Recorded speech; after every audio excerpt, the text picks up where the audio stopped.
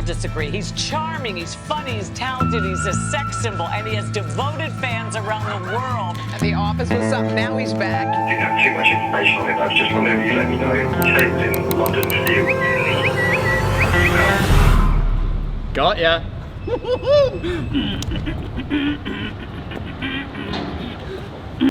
One thing on this channel I've always done is pranks. Whether it's a fake waxwork at Madame Tussauds, or whether it's getting YouTubers to sing a song unwillingly, or a fake McDonald's meal in the UK. But one thing I've never done is a prank on the media. Today, we're here to do that. So when discussing with my mate Scott about how we could prank the media, we got onto the conversation about how David Tennant had been spotted filming for Doctor Who in Bristol, and the local papers were lapping it up. And this is what birthed the idea. Let's stage a fake TV set. So what shows would cause a stir to be returning? The In-Betweeners, Peep Show, The Office. And then I remembered, I only have a 1 degree of separation away from a man called Tim Oliver, aka the real-life David Brent. A man who made it to the semi-finals of Britain's Got Talent and was Ricky Gervais's actual body double in one of the cinema greatest films, The Muppets movie. Let's go find David Brent, shall we? Hello, mate. Hello, mate. How you doing? I'm alright. Nice to finally meet you. So, as we meet David for the first time and enjoy a pint with him next to the Shard, it's time to lay out the plan. We want to achieve 3 things. Take a photo that looks like a passerby has seen filming taking place, to then send to the press and prank the internet. Cause a stir in public and confuse tourists as we walk around a busy London. Someone say Ricky then? I think so, yeah. And get Ricky Gervais to have to deny that this was him. But this wasn't going to be easy. One thing standing in our way was the lack of people we had for our fake crew. We needed to make sure all images were zoomed in. On top of this, we needed to be quick. We didn't have a permit to film in these locations, which meant there was always a chance of us getting caught. But first, we had to get into character and start filming our fake show. Don't park in front of the barriers, because workers are working on that. But yeah, that's your that's your parking space.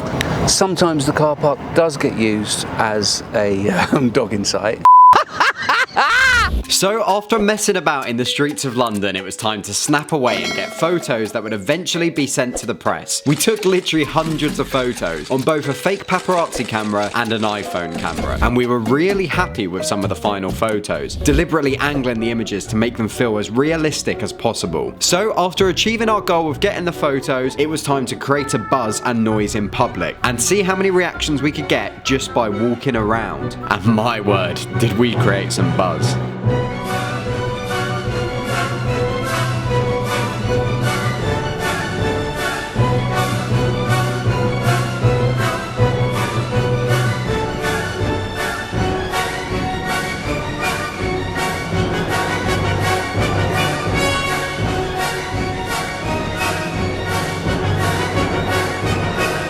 Sexual, yeah. Although it's not a sexual day. So, mission accomplished for today. We've taken all the photos and we've caused a bit of a stir. What do you think, Brent? Yeah, definitely cause a stir. Success is in my nature, so yeah, big time. Big time. Now it's just in the hands of the media to see how viral this can truly get. Wish us luck. Cheers, David. Next stop, Drunkentown.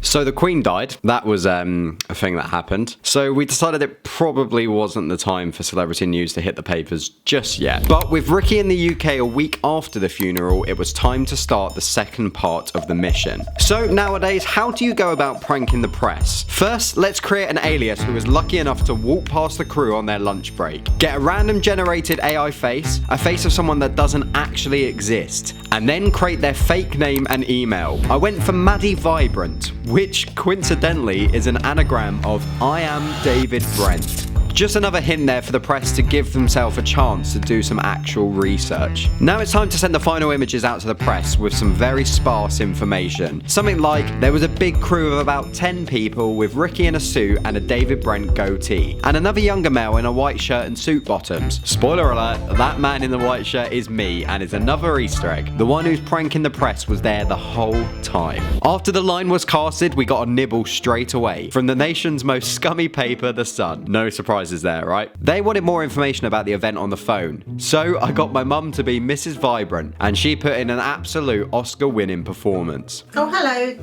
it's Maddie. Yeah, just thank you for sending over that picture. I was just wondering if, I can see your email, you say you didn't have too much information on it, but I was just wondering if you let me know. You say it was in London Fields in the email. Yes. And what sort of time did you come across it?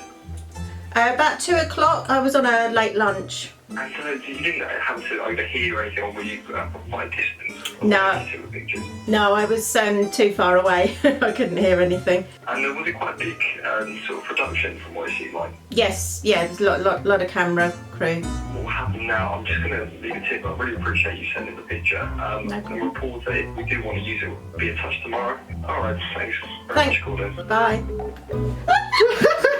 She smashed that. And the Oscar goes to... So, while Maddie was in conversation with the press, during this period I thought it'd be a great opportunity to try out social media. So, a mate of mine, Hickey, was going to be the person who happened to walk past Ricky. Hickey and Ricky.